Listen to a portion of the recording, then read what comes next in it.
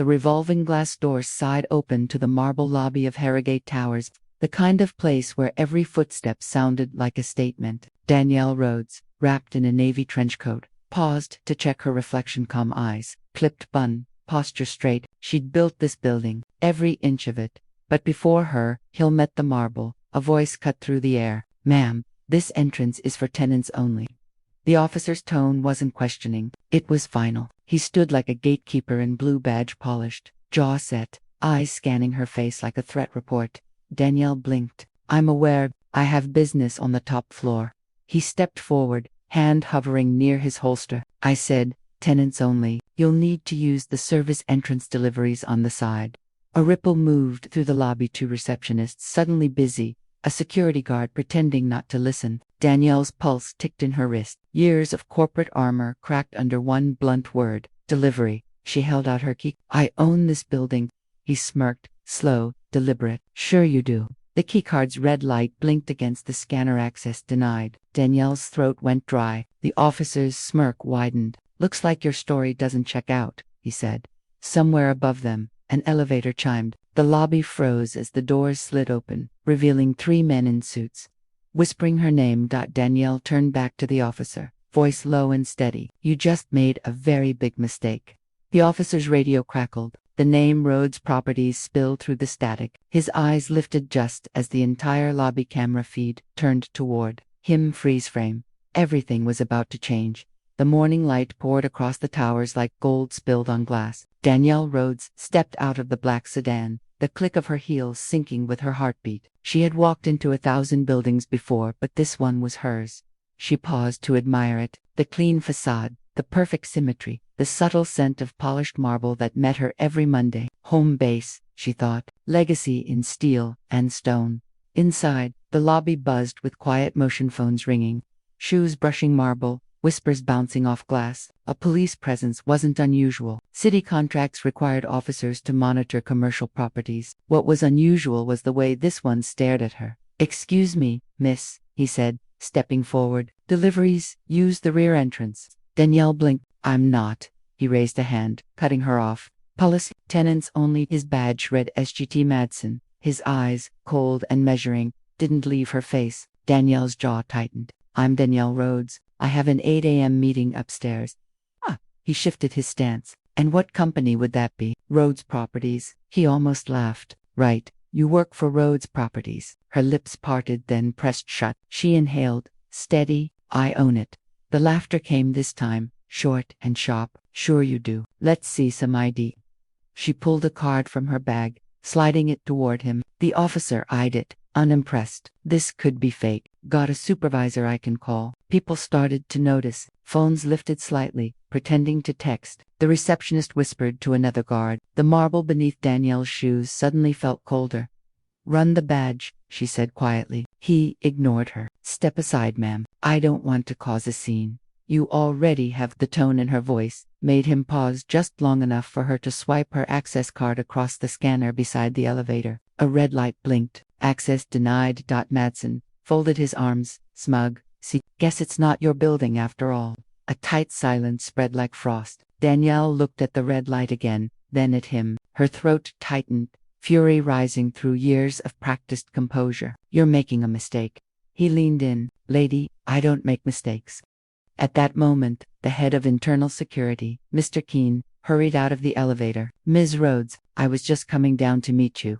The officer's smirk faltered. Keene's tone shifted to steel. "Sergeant Madsen, what exactly do you think you're doing?" "Just doing my job," Madsen muttered. "Your job," Keene said, voice cold, "is to protect this property owned and operated by Ms. Rhodes herself." A murmur rippled through the lobby. Madsen's face drained of color. Danielle's breathing steadied. "I'll handle it from here," Keene said. But Danielle didn't move. She stepped closer to Madsen, her voice low enough for him alone. "You didn't see me," she said. "You saw what you expected."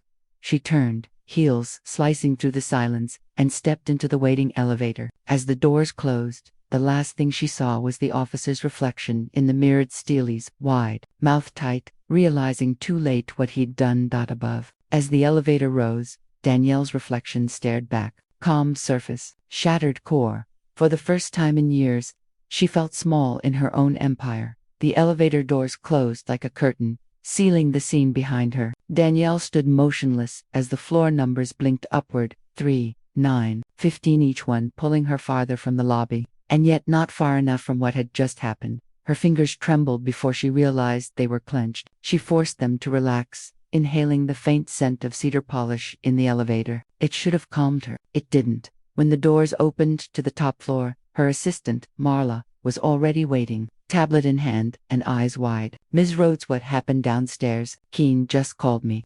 Danielle brushed past her, setting her handbag on the glass desk with mechanical precision. "An officer decided I didn't belong in my own building." Marla hesitated. "You're serious?" "Completely." Danielle dropped into her chair, eyes fixed on the skyline. "I don't even know what to feel right now. Anger's too small a word." Silence stretched. The city outside looked distant, sterile towers glinting under morning light. Marla stepped closer. "Do you want me to file a complaint?" Danielle shook her head slowly. "No. Complaints vanish. I've signed enough of them to know how this works." Her tone was calm, but her hands betrayed her. She picked up a pen and tapped it against her notepad, a steady rhythm masking the tremor in her wrist. "Was anyone recording?" "I think so. I saw phones out." Danielle's gaze sharpened. "Then we wait." Downstairs, in a small security office filled with humming monitors, Sergeant Madsen sat rigid while Mr. Keen made a call. "I'm reporting this to your commanding officer," Keen said flatly. Madsen's jaw clenched. "I didn't know who she was." "That's exactly the problem." Keen turned to the nearest guard. "Pull every second of that footage. No edits. I'll need copies by noon."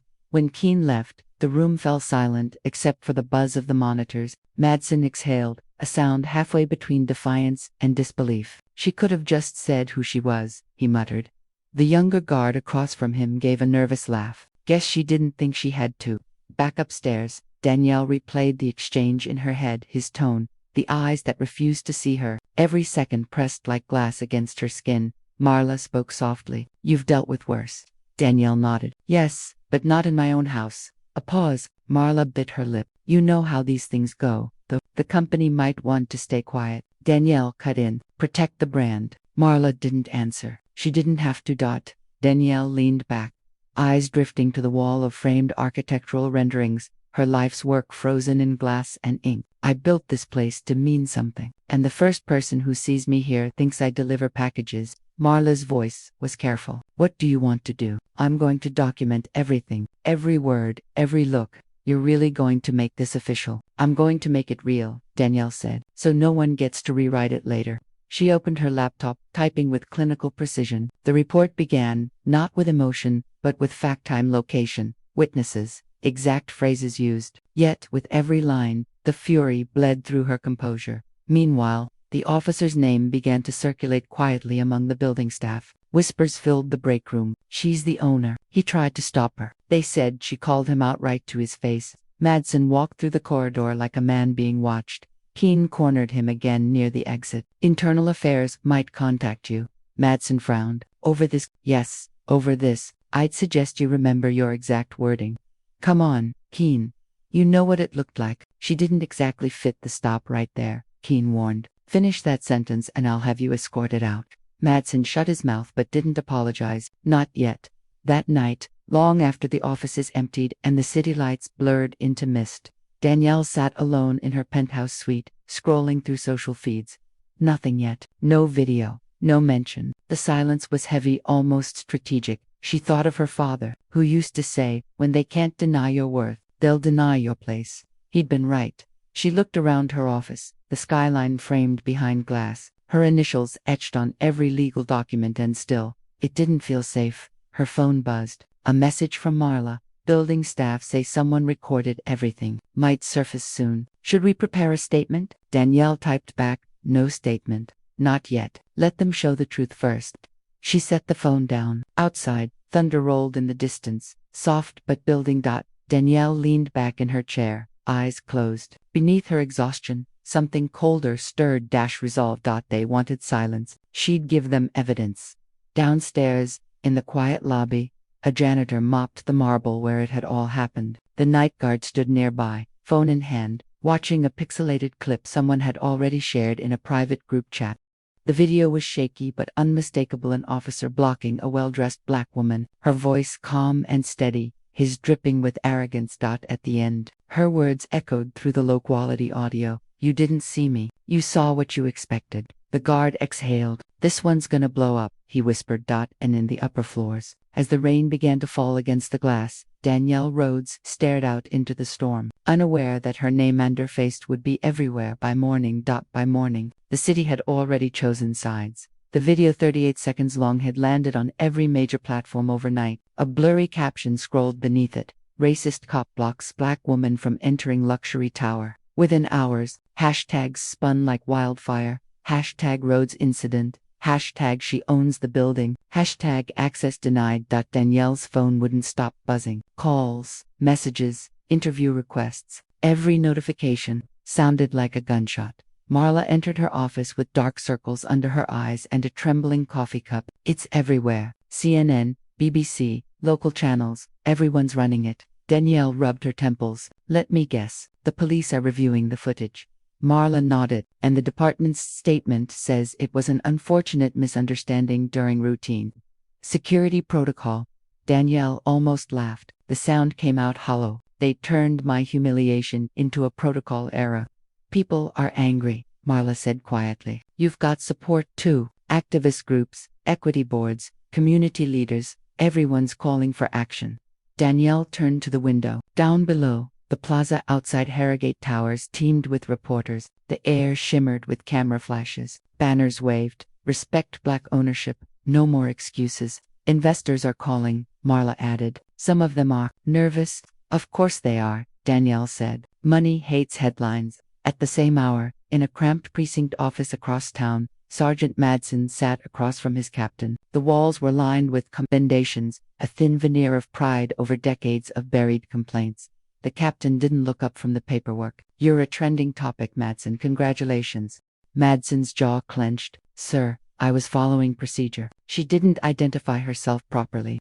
"Doesn't matter," the captain said flatly. "City Hall's breathing down my neck. PR's a nightmare. So you're throwing me under the bus." "Son, the bus already hit you. I'm just checking if you're still moving." Madsen's hands curled into fists. "She humiliated me. She owns the building, Madsen." The captain finally looked up. "You humiliated yourself." He slid a paper across the desk. "Administrative leave pending investigation." "This is ridiculous," Madsen muttered. "She's making it racial when it wasn't." The captain's tone turned sharp. "Then what was it?" Silence. Back in her office, Danielle faced her own form of interrogation. 3 board members appeared on her video, screen each carefully neutral. "Danielle," began Richard Lang, the CFO, "we all agree what happened was unacceptable. But this media storm, well, it's affecting the company's image. Our tenants are nervous." Another chimed in. "We've had calls from sponsors asking if this is turning political." "Political," Danielle repeated, incredulous. "I was denied entry into my own property." "Yes, but optics matter. We can't have our CEO embroiled in controversy." Her voice went cold. "Optics mattered the moment an officer decided what I could or couldn't be. Now it's about accountability." Richard sighed. "We just think it might be best to issue a joint statement, something conciliatory." "You mean apologizing for existing?" "Just to cool things down," he said. "It's business." Danielle leaned forward, her tone a knife. "Then maybe business needs to feel the heat." She ended the call without another word. That evening, she stood by the lobby window, watching as protesters gathered outside. Rain glistened on their signs, mixing with the glow of streetlights. A chant rose. "We see you, Danielle." For the first time since the incident, she smiled, small, sad, but real. Marla joined her side. "You could take a few days off," she said softly. "Hide from the noise. I built this place brick by brick." Danielle murmured. "Why should I hide?" Marla hesitated. "The police union's holding a press conference tomorrow. They're already painting him as the victim." "I expected that." Danielle's eyes narrowed. "They always circle the wagons." "Will you respond?" "Not yet. Let them talk first. Every lie they tell will make the truth heavier when it lands." Later that night, as the rain fell harder, Danielle scrolled through the comments section under the leaked video. The screen glowed in the dark, probably staged. "She's just playing the race card. No way she owns that building. Queen behavior. Respect. Fire that cop." A war of words, spinning endlessly. She shut the screen off. the reflections fading across her face. The sound of thunder rolled again, closer this time, she whispered to herself. They don't believe until they're forced to. In another corner of the city, Madsen sat alone in his apartment, the TV flickering through endless coverage. Every channel replayed the moment, the smirk on his face, the disbelief in hers. The internet had frozen him in that expression forever. He muted the TV, sitting in silence. His phone buzzed a message from a fellow officer. Hang in there. She's got money. This'll blow over. He stared at the screen, jaw tight. What if it doesn't? For the first time, he realized what it felt like to have power stripped away not by a badge, but by truth.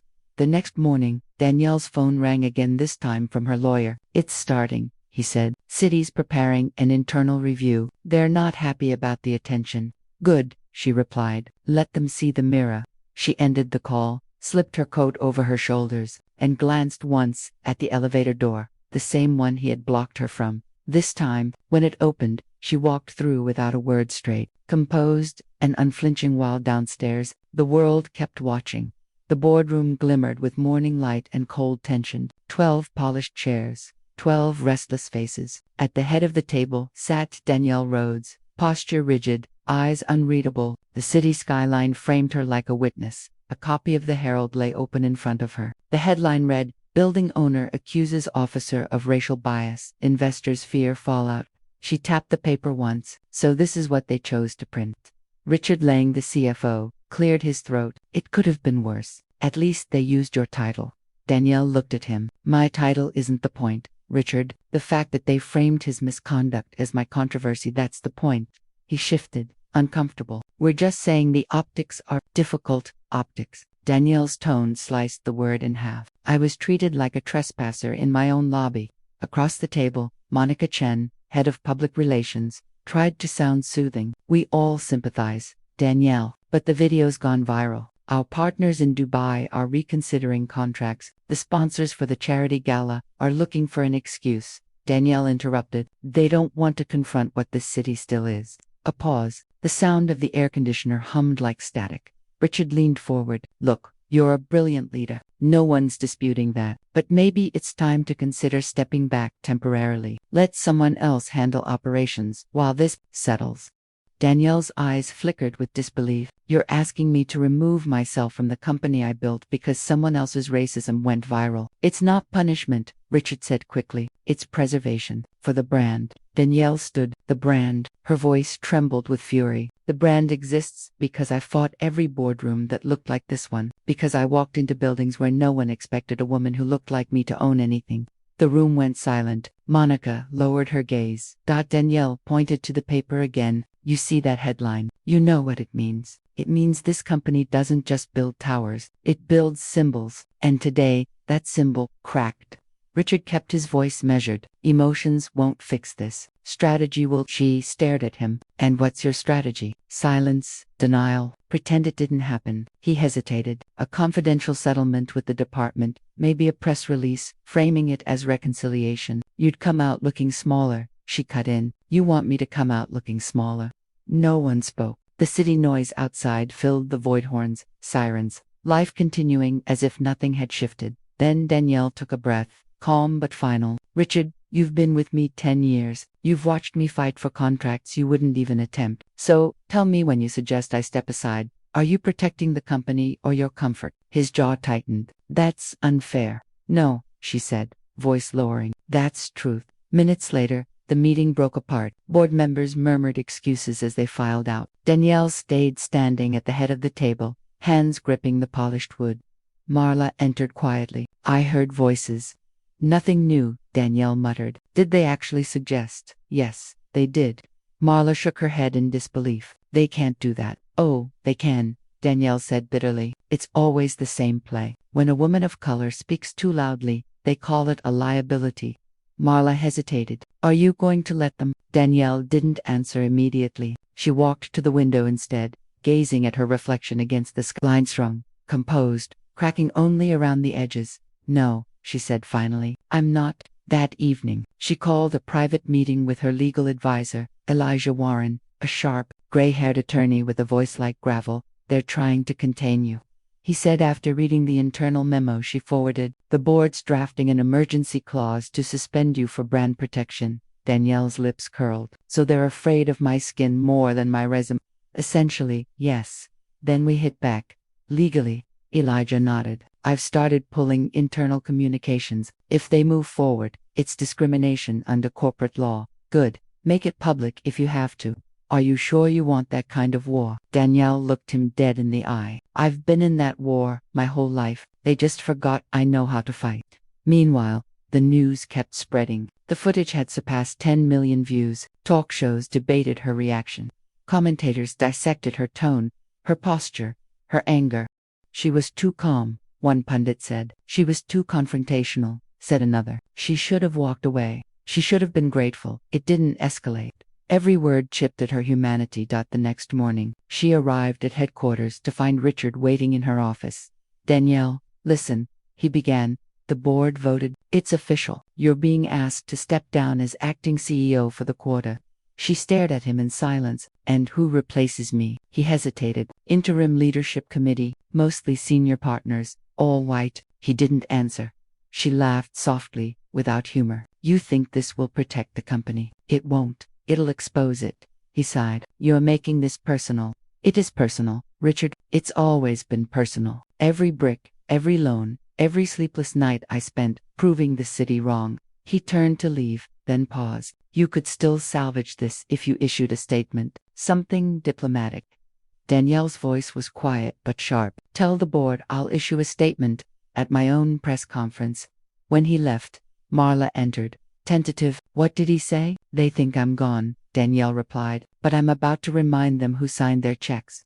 She opened her laptop, scrolling to the security report. Something caught her. Aja document Keene had sent that morning. Officer Madsen's preliminary disciplinary review. Several prior complaints, all dismissed. She whispered, there it is. Marla frowned. What? The system. Hiding behind paperwork. That's where they always bury the truth. Danielle closed the laptop. If they want silence, they're about to get a megaphone. Her reflection in the glass stared back, unflinching. The city outside pulsed with light, unaware that tomorrow it would wake to a storm of her making. The rain came hard that night, hammering the city in sheets of gray. Danielle sat in her office with only one lamp lit. Papers spread like wounds across her desk. The air smelled of cold coffee and resolve. Across from her, Elijah Warren adjusted his glasses, flipping through a folder. You were right. He's not clean. Danielle looked up. How bad? Bad enough. He handed her a file. Sergeant Robert Madsen, 12 years on the force, for use-of-force complaints, to verbal harassment allegations, all dismissed. Danielle's fingers brushed over the pages. How? Each one filed under insufficient evidence. The reports disappear in procedural gray zones. Same supervisor signed off on every clearance. She stared at the printed words. So they protected him. They always do, Elijah said quietly. The system's built to eat its own paper trail. Danielle's jaw tightened. Then I'll build something louder than their paperwork. In a small diner on the city's south end, Madsen sat hunched over a chipped coffee cup. The counter TV played the latest update on his case. Officer on leave after viral video. His name crawled across the ticker.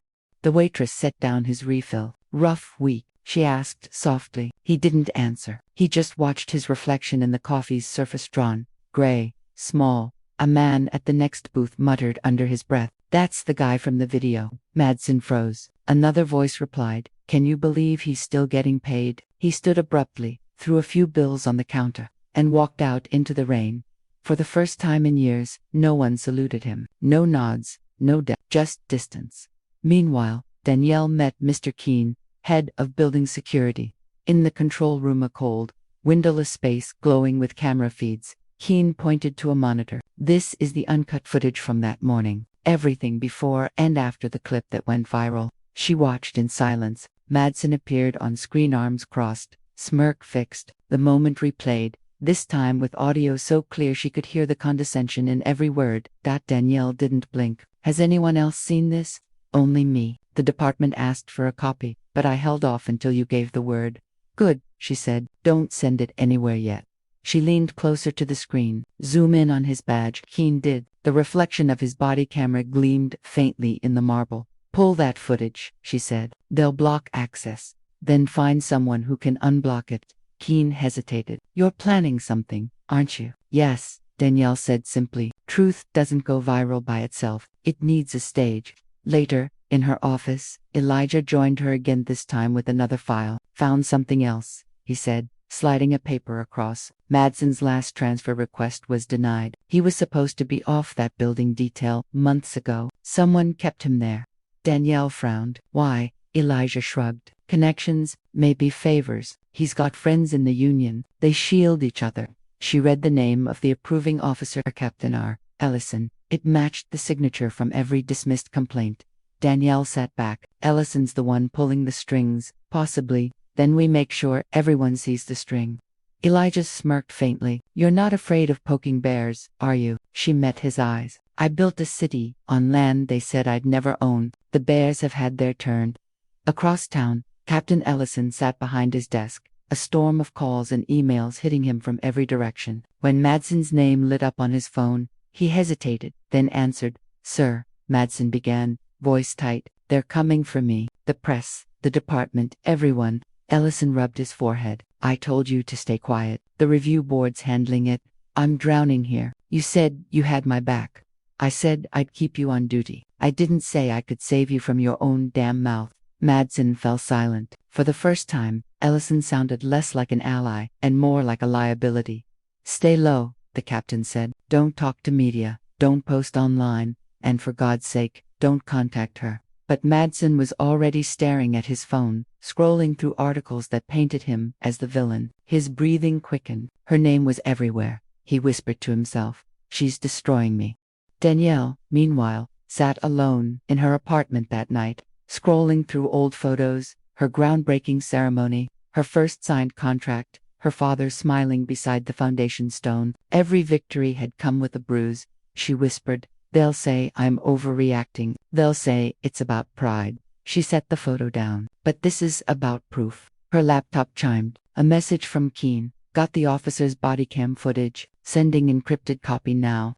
She opened the file. Static filled the screen, then sound. Madsen's voice, clear as a slap. People like you always think rules don't apply. Then her own voice. I am the rules here. The clip ended with the elevator door closing. Danielle exhaled slowly, trembling not from fear but from clarity.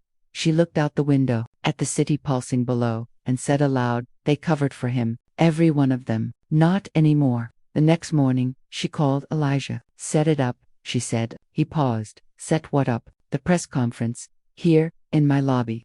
He smiled into the phone. That's poetic. No, Danielle said, that's justice. The morning of the press conference dawned clear and cold. One of those sharp-edged city mornings when sound carries too far. The plaza outside Danielle's headquarters was already crawling with reporters before sunrise. Cables snaked across the marble steps. Tripods gleamed in the light. Inside, the lobby was immaculate, the same space where she had once been stopped, humiliated, doubted. Today, it looked different. The security desk was unmanned. Cameras stood where power once sat. Elijah handed Danielle a folder. Statements final. You'll want to keep it short. She didn't look at it. They're not here for my statement. He raised a brow. Then what are they here for? Her eyes met his. The truth, the kind they can't edit. At 9 a.m. the first flashbulbs went off. Danielle stepped up to the podium in a white suit. No jewelry except the gold pin on her lapel. The logo of the building she owned. The murmur of voices hushed as she placed both hands on the stand. Good morning, she began, her voice steady but taut. 2 weeks ago, I was denied entry into my own building by an officer who believed I didn't belong. A ripple of reaction ran through the crowd. Cameras clicked. Since then, she continued, there have been statements, excuses, delays. What there hasn't been is accountability. She paused, then nodded toward the technician. Play the footage. On the large LED display behind her, the unedited security video rolled out. The audience saw Officer Madsen blocking Danielle at the door. His tone, sharp, dismissive. His words, undeniable. Then came the body cam audio. People like you always think rules don't apply. I am the rules here. The lobby went still. The air thickened. Danielle let the silence stretch before speaking again. What you've just seen isn't an isolated moment. It's the symptom of a system designed to protect itself. A system that has cost lives, dignity, and truth. She leaned slightly forward, voice cutting through the tension. That ends here. Outside, a journalist whispered to another, "Did she say ends?" The reply came low, "She's got evidence." Inside, Madsen's image lingered on the screen, frozen mid-sneer.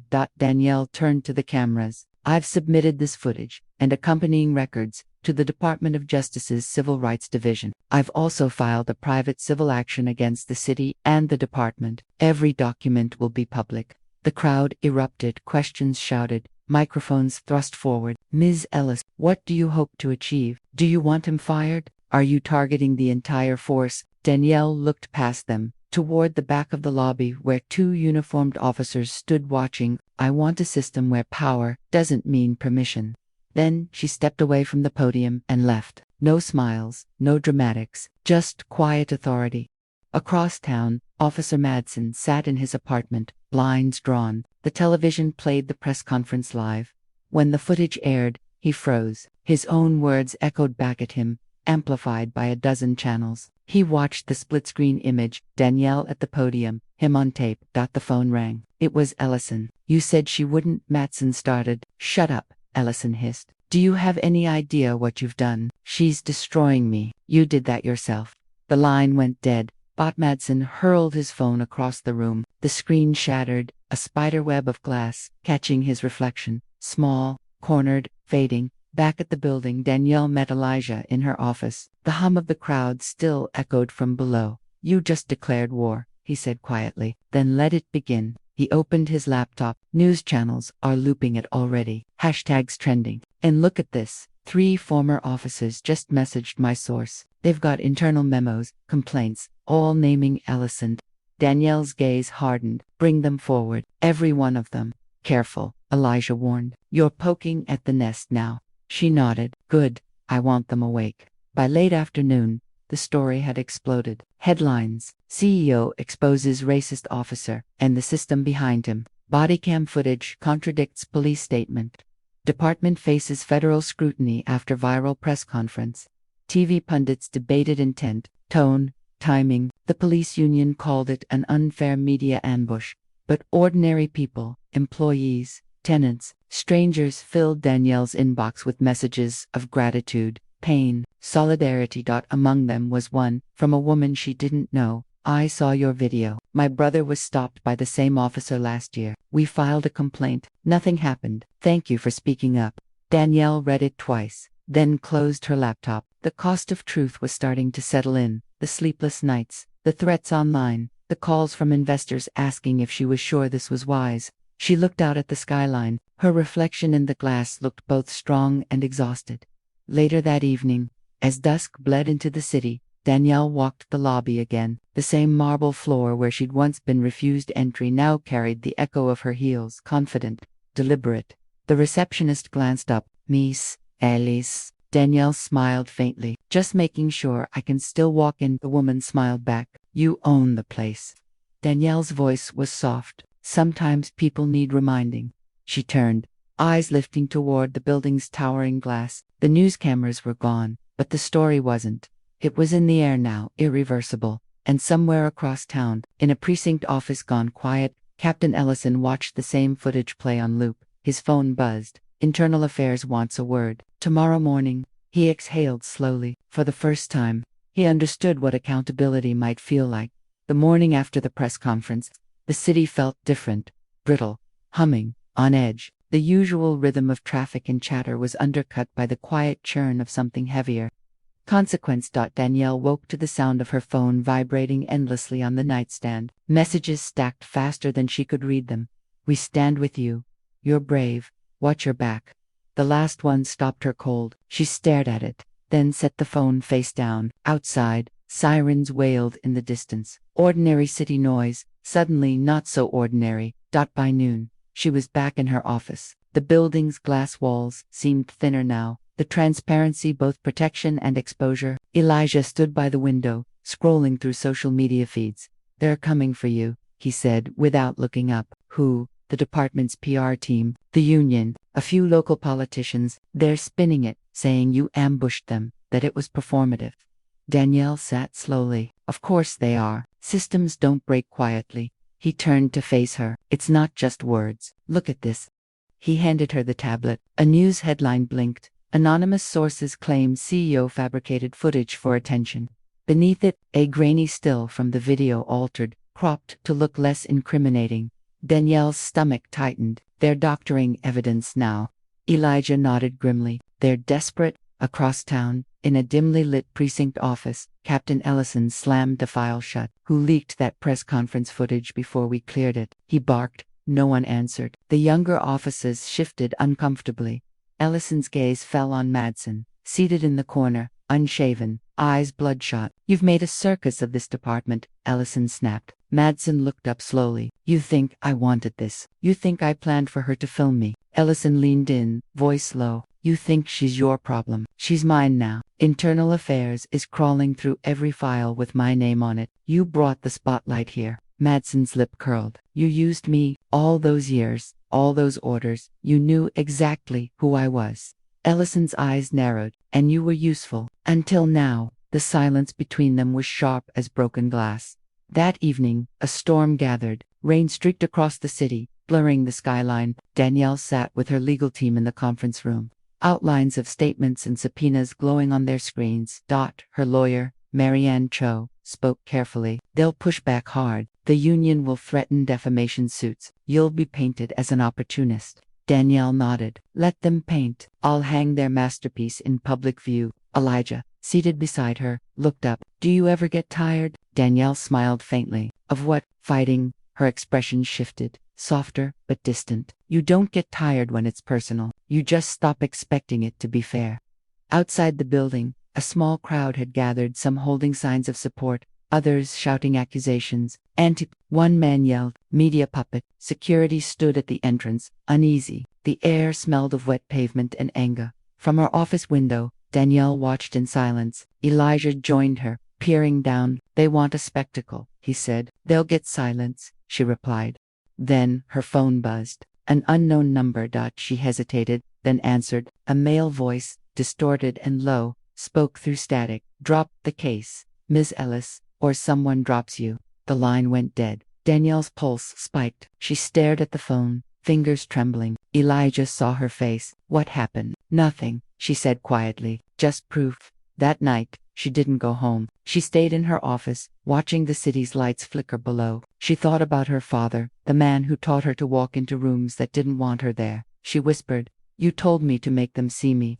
Then, with slow certainty, "They will." She opened her laptop and drafted a statement. To those who threaten me, you confirm everything I'm fighting against. To those who doubt me, I invite you to see the evidence yourself. Tomorrow, all files will be public. She hit post.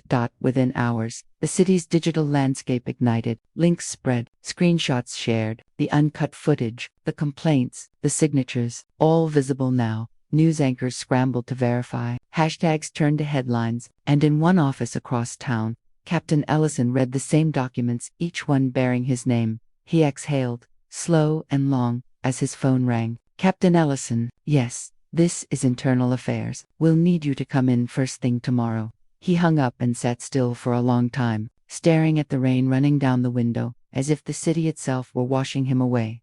Back at the building, the storm finally broke. Lightning flashed across the glass facade. Danielle stood alone in the lobby, the same place everything began, watching the reflection of herself in the marble floor. Elijah appeared behind her. You did it, he said quietly. She didn't turn. No, she said. I just turned the lights on. Her phone buzzed again, this time, a text from an unknown sender. You don't belong here.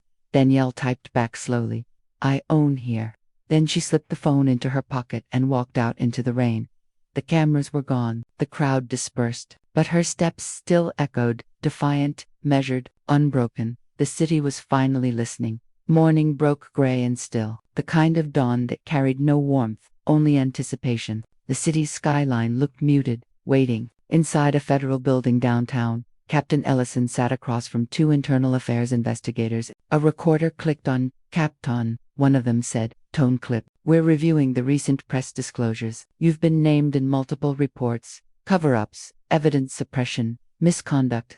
Do you have a statement? Ellison's hands clasped tight. Those reports are incomplete, taken out of context. The investigator leaned forward. Context doesn't erase signatures.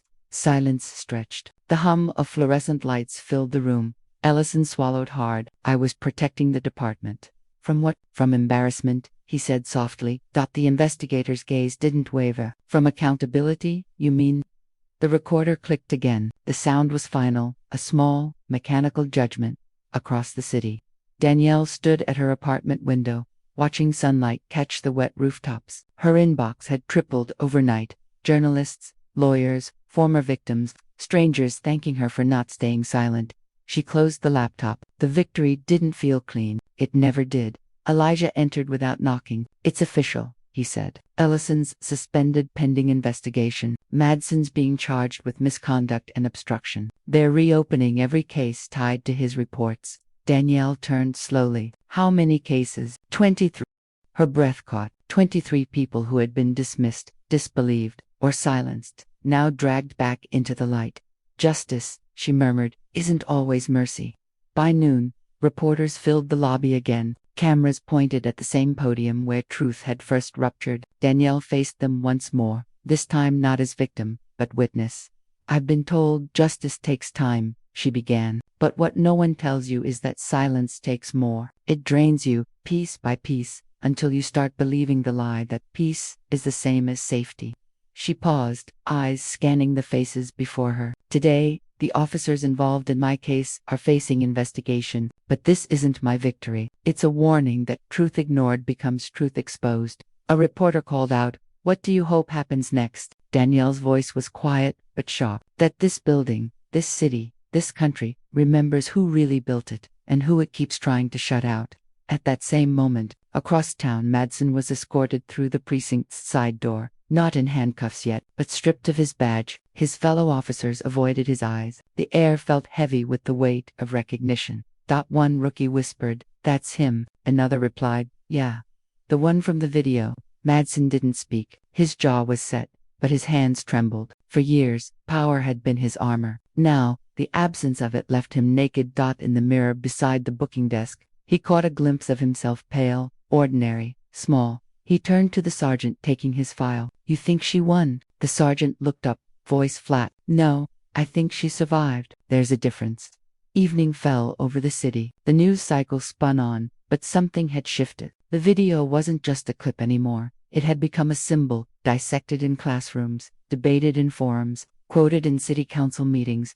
And through it all, Danielle stayed silent. She declined interviews. She didn't appear on TV. She went back to work, the quiet kind, rebuilding the company's community programs, funding legal aid for harassment victims, hiring consultants to train private security teams in equity compliance. Elijah visited one evening, carrying 2 cups of coffee. "You're trending again," he said. "For what this time?" "For donating half your legal settlement to public defense funds." Danielle smiled faintly. "Let them trend that." Days passed. The city began to forget, as cities do. But the people who'd seen the footage didn't.